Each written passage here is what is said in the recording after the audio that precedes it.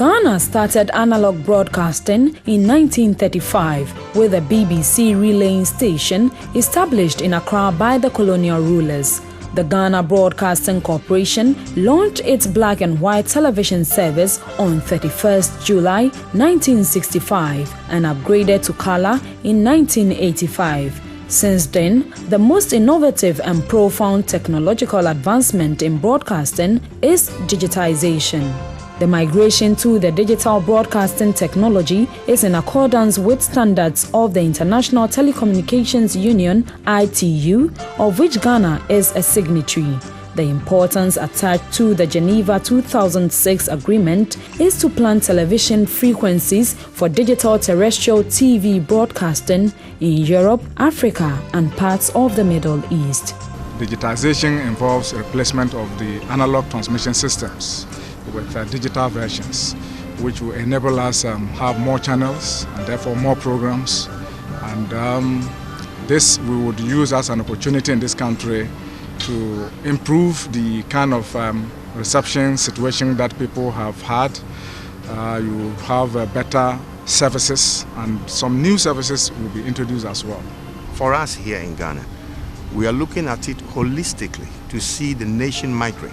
We believe that all broadcasting stations will migrate, either public or private. In Ghana, the project started in November 2008 on a pilot basis and is expected to be completed in 2015. In view of this, a 24-member technical committee was set up to put up a policy framework to guide the migration process. Their recommendations were approved by Cabinet. Out of this, a 14-member team made up of experts from various groups and institutions were mandated to map out strategies to get the migration process started. Ghana has chosen 2012 to migrate entirely from analog to digital. This is to give room to maneuver in relation to the international timeline. We finished with the pilot stage, but now it's more to do with the implementation stage, which has been started, and so that is ongoing. Since most of the existing television receivers do not have inbuilt digital tuners, the viewing public will therefore be required to purchase integrated digital television sets or digital TV converters to be able to receive digital signals. This represents costs, to the consumer. The government has mandated a committee to ensure that whatever equipment people have to buy is affordable. That is one of the tasks the committee, has been required, to work on.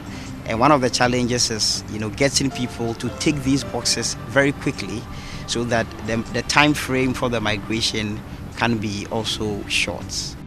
Digital TV can be offered on various platforms such as satellites, cable, terrestrial and handheld devices. The infrastructure takes up less bandwidth than the analog system and can allow up to about 16 channels on the same bandwidth. It also has a clearer audio signal, enhanced interactivity and improved sound quality. However, with a weak signal, the picture may freeze and completely be lost. Again, the transition process poses a critical environmental challenge to authorities, as some may want to use the country as a dumping ground for obsolete analog transmission equipment. Because we don't want to have these challenges really challenging us, that was why they put together the committees.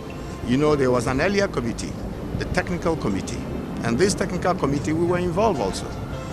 Consumers, the Customs and Excise, Ministry of Finance, all broadcasters, both private and public, quite a lot, and we took time to look at the critical issues to avoid these challenges.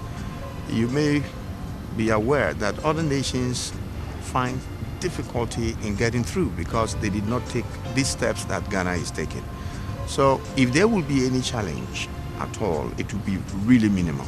The whole project itself is a challenge. It takes synergy of all the different, different groups and different individuals and skill sets represented on the committee to get the work ongoing. The objective is to migrate the entire broadcasting systems in the country from analog to digital. So everybody is on board. Everybody who has a role to play is on board. The state broadcaster is leading the path in the migration process and has taken over the final installation of phase 1 of the infrastructure in Accra and Kumasi. We worked in collaboration with NGB, that is Next Generation Broadcasting. That is the company that we initially started the process with. We also worked with TV Africa, TV3, and Net2 TV to launch a pilot digital broadcast service. Now this has become a national project.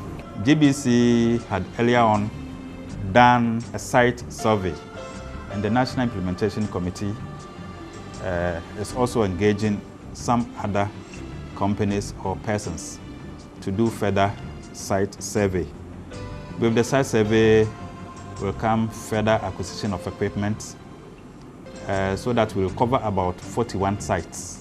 Even though the cutoff date for the whole world is 2015, we believe that by 2014 we should have completed the process.